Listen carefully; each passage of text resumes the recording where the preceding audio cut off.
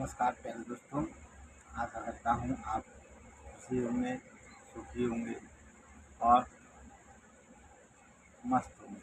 दोस्तों, आज मैं आपके लिए लेकर आया हूँ बहुत ही शानदार चीज़, जिसके बारे में आपको जानकारी होना बहुत ज़रूरी है। भारत के राष्ट्रपति। दोस्तों, भारत के राष्ट्रपति के बारे में हम समझते हैं। इससे सबसे पहले हम देखते हैं राष्ट्रीय ध्वज। राष्ट्रीय ध्वज के बारे में इसमें 3 कलर होते हैं, आप सभी जानते हो, है ना। ऊपर केसरिया होता है, बीच में सफ़ेद होता है और लास्ट में हरा होता है यानी ग्रीन। प्रत्येक कलर का क्या क्या महत्व है और कैसे इसका क्या अनुपात होता है झंडे का, सब उसके बारे में हम चर्चा करते हैं। आइए, वीडियो थोड़ा लंबा हो जाएगा पर जानकारी आपको काफ़ी मिलेगी। आज चलते हैं। भारत का राष्ट्रीय ध्वज तिरंगा है, जिसे 22 जुलाई 1947 को भारतीय संविधान द्वारा अपनाया गया। कब अपनाया गया दोस्तों? 22 जुलाई 1947 के दिन अपनाया गया। राष्ट्रीय ध्वज में सबसे ऊपर केसरिया, बीच में सफ़ेद रंग तथा नीचे हरा रंग होता है। जैसा मैंने आपको बताया था, तीनों रंगों का अर्थ अलग अलग होता है। केसरिया रंग जागृति, शौर्य, त्याग का प्रतीक होता है। सफ़ेद रंग, यह रंग शांति का प्रतीक होता है। और हरा रंग, यह जीवन समृद्धि का प्रतीक होता है, हरियाली का प्रतीक होता है ना दोस्तों। ध्वज की लंबाई चौड़ाई का अनुपात 3:2 होता है, यानी 3 अनुपात लंबाई होना चाहिए, मतलब 3 के अनुपात में लंबाई और 2 के अनुपात में चौड़ाई होना चाहिए। ध्वज के बीच में नीले रंग का चक्र होता है, जिसमें 24 तीलियां होती हैं, आप सभी को पता है। और जिनको नहीं पता है वह यहाँ से जानकारी प्राप्त कर सकते हैं। सिंह स्तंभ में से लिया गया है। ये कहाँ से लिया गया है? अशोक स्तंभ से लिया गया है, जो अशोक चिन्ह है। इसका विरोध पूर्ण रूप से गांधी जी ने किया था दोस्तों, आपको शायद पता ना हो। गांधी जी ने यह साफ कहने से इनकार कर दिया था कि मैं इस झंडे का सम्मान नहीं करूंगा, क्योंकि इसमें आपने चरखा को हटा दिया है ना। और ये अशोक चिन्ह को डॉक्टर भीमराव अम्बेडकर जी इस झंडे में लेकर आए थे। ये बात पूर्ण रूप से सत्य है। आगे चलते हैं और राष्ट्रगान के बारे में हम पता करते हैं। राष्ट्रगान को सबसे पहले लिखा था रविंद्रनाथ टैगोर जी ने। इसने रविंद्रनाथ टैगोर जी ने।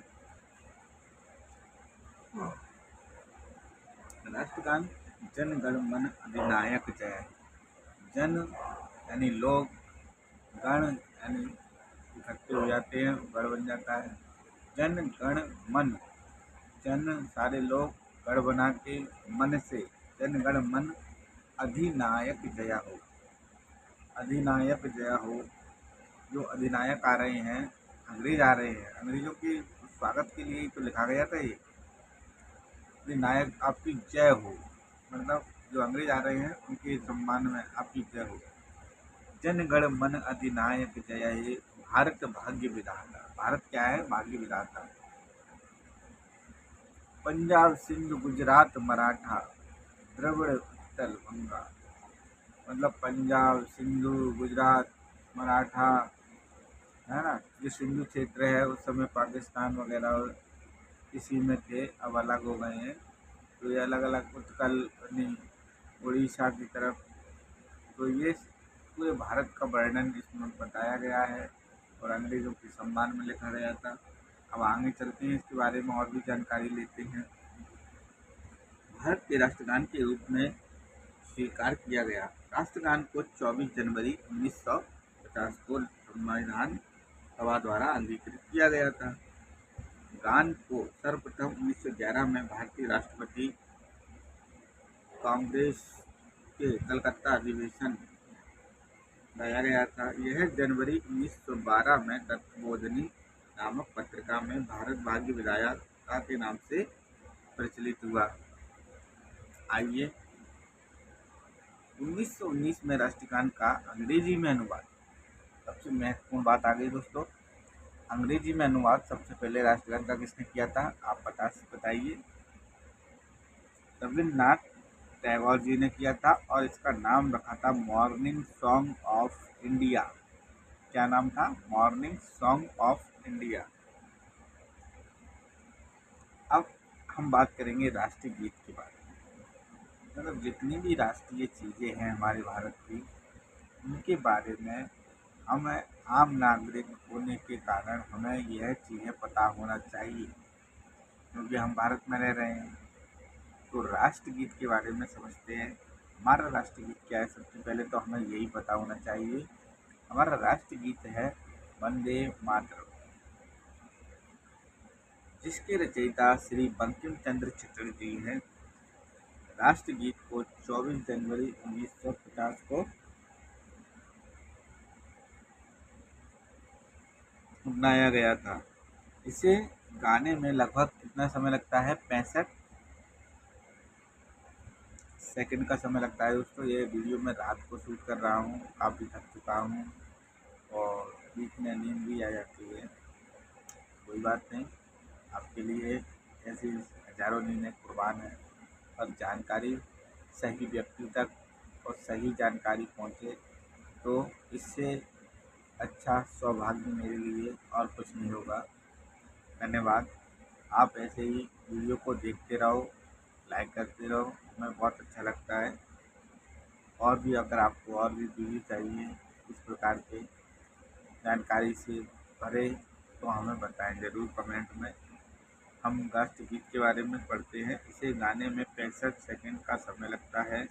यह गीत बंकिम चंद्र चटर्जी के प्रसिद्ध उपन्यास आनंद मठ से लिया गया है। ठीक है दोस्तों, तो कहाँ से लिया गया है, आनंद मठ से। इस गीत को सन 1896 के भारतीय राष्ट्रीय कांग्रेस अधिवेशन में गाया गया था। राष्ट्रपति भारत का राष्ट्रीय चिन्ह अशोक के सिंह से लिया गया है। अशोक स्तंभ होता है ना दोस्तों, जो महान सम्राट था अशोक, उसने एक स्तंभ बनवाया था, वहाँ से लिया गया है अपना अशोक चिन्ह। मूल स्तंभ में 4 शेर हैं, एक शेर दिखाई नहीं देता। एक पहले 1 रुपये का सिक्का आता था, उसमें एक अशोक चिन्ह छपा होता था, इसमें 3 शेर दिखते थे, चौथा शेर उसके पीछे होता था।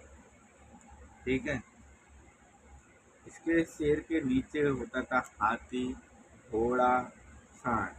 भारत सरकार ने 26 जनवरी 1950 को अपना भारत का सूत्री वाक्य सत्यमेव जयते मूल गोपनीय से लिया गया है। यह राष्ट्रीय पंचांग, भारत का राष्ट्रीय पंचांग शक संवत पर आधारित है। हमारा जो पंचांग है, कैलेंडर है, वो किस पे है, शक संवत पर आधारित है ना। और इसे 22 मार्च 1957 को अपनाया गया। शक संवत 1879 में पहला महीना चैत्र को माना गया है। हमारा जो हिंदी का कैलेंडर है, उसका पहला महीना चैत्र में चालू होता है। अंग्रेजों का जो कैलेंडर है, उसका पहला महीना जनवरी में चालू होता है। अब हुआ क्या दोस्तों, अंग्रेजों ने क्या किया, हमारा कैलेंडर के पहले दिन को, महीने के पहले दिन को मूर्ख दिवस बता दिया, है ना, जो हम सभी लोग मनाते भी हैं, मूर्ख डे। मतलब हम इतने गिर चुके हैं कि हमारा जो दिन है, हमारे पूर्वजों ने जो कैलेंडर बनाया, जो पंचांग बनाया, उसमें इतनी अच्छी शुद्ध बातें लिखी गई हैं, उसको अंग्रेज़ों ने मूर्ख दिवस बना दिया। और हम उनका 1 जनवरी को नया साल पूरे विश्व में मनाता है। तो ये कहाँ तक सही है, आप बताइए। मैं इस पर ज़्यादा टिप्पणी नहीं करना चाहूँगा, है ना। आप तो सभी समझदार हो वैसे। आइए चलते हैं आप आगे की ओर और भी चीज़ें इसके बारे में जानकारी लेते हैं। तो दोस्तों, राष्ट्रीय पशु के बारे में तो आप सभी जानते होंगे। हमारा राष्ट्रीय पशु क्या है, हमारा राष्ट्रीय पशु है बंगाल टाइगर। इसका वैज्ञानिक नाम है पैंथेरा टाइग्रिस लियोना। इसकी प्रजाति में से रॉयल बंगाल टाइगर के नाम से जानी जाती है। Royal Bengal tiger. भारत में 1973 से बाघ परियोजना चल रही है, जिससे हमारे जो बाघ विलुप्त की कगार पर खड़े हुए हैं वह ज़्यादा से ज़्यादा उनकी संख्या बढ़े। अगर वो ज़्यादा होंगे तो हमारा भी अस्तित्व बना रहेगा, नहीं तो जिस दिन वो समाप्त हो गए या और भी जीव समाप्त हो गए तो हम इंसानों का बचना इम्पॉसिबल है। कोई भी इंसान नहीं बच सकता सृष्टि पर। ये ध्यान रखें हमेशा। इसलिए जीवों पर, पेड़ पौधों से, प्रकृति से, इन किसी से भी छेड़खानी नहीं करना है, क्योंकि पर्यावरण जितना आवश्यकता हमारे लिए है उसकी उतना ही उन जीवों के लिए है। आप सोचो कि धड़ल्ले से पेड़ों को काट रहे हो, जंगलों को जला रहे हो, इंडस्ट्री बना रहे हो, ये एक ना एक दिन हम सभी को डुबा ले जाए, है ना। तो आप भूले ना, भटके ना, और ज़्यादा से ज़्यादा पेड़ लगाएं। अभी गर्मियों का सीज़न है, आम आ रहा है, जगह जगह पे आम खाए जा रहे हैं।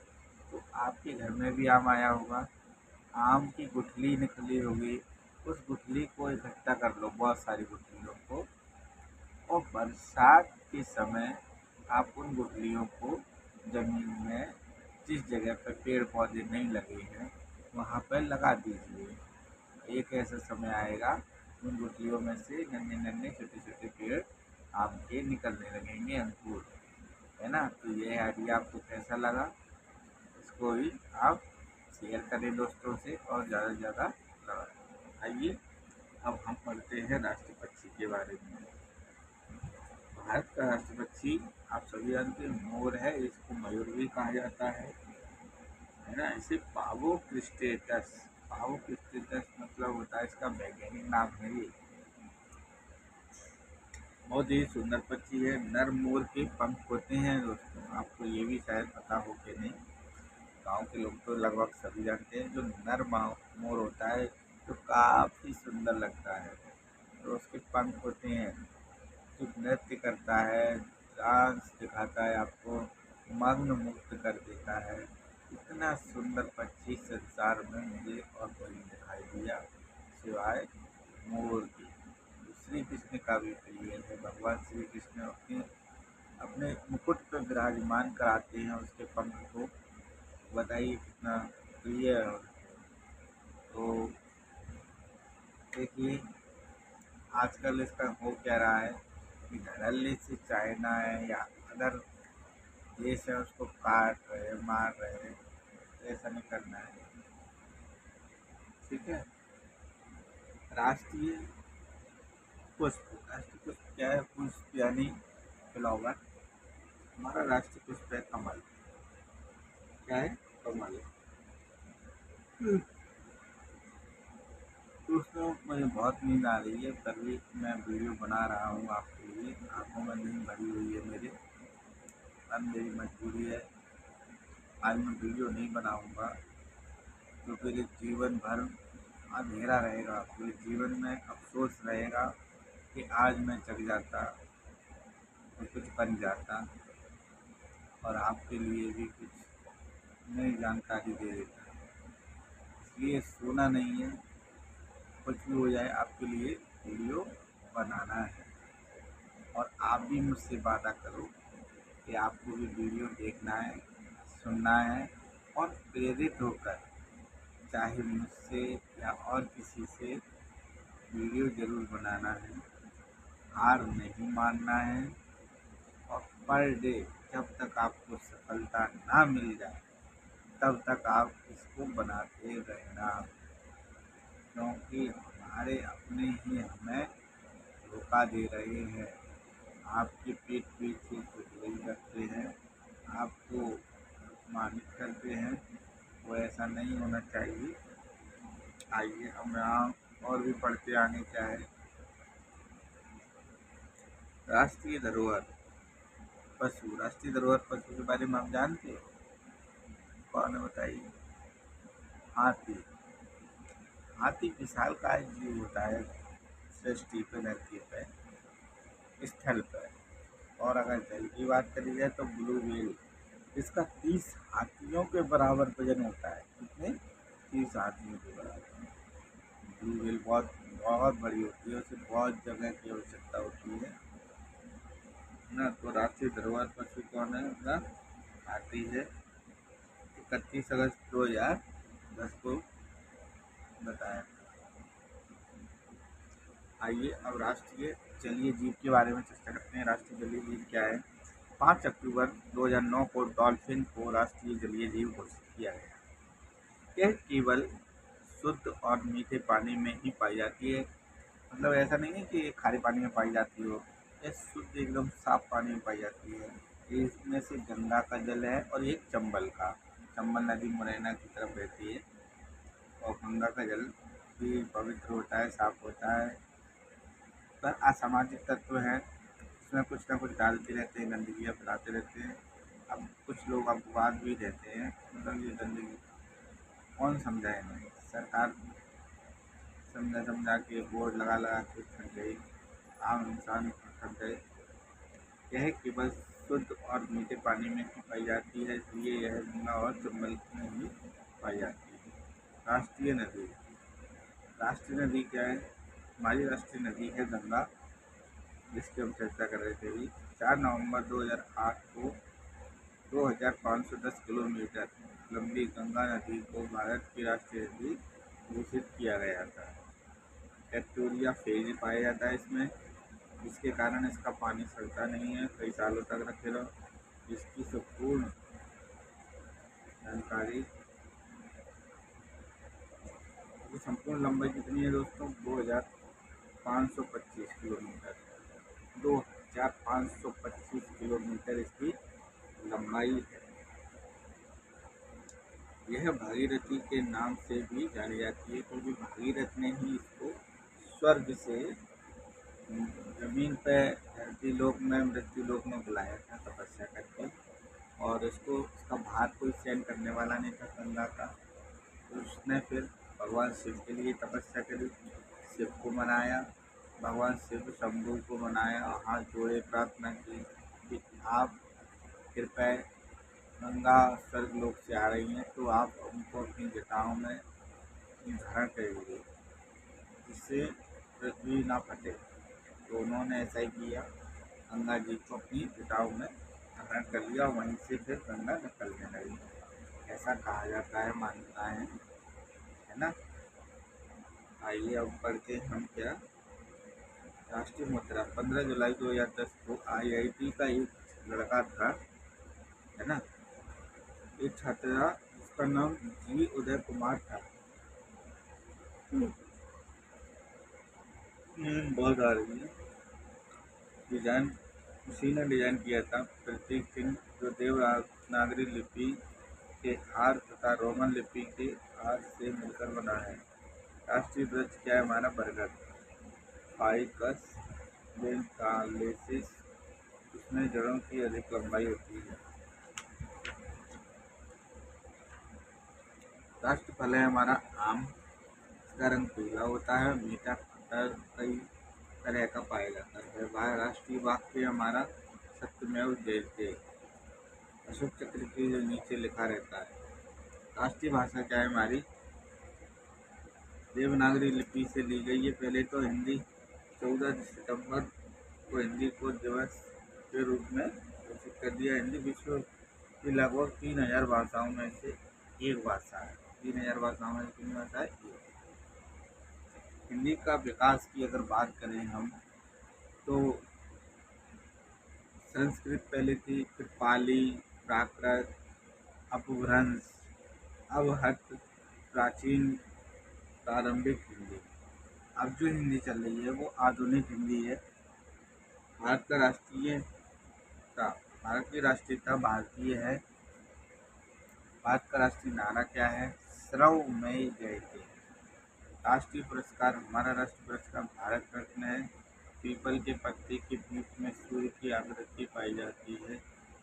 यह पुरस्कार केवल खेल, कला, साहित्य, असाधारण उपलब्धियों के लिए दिया जाता सबसे पहले भारत रत्न प्राप्त डॉक्टर सर्वपल्ली राधाकृष्णन को दिया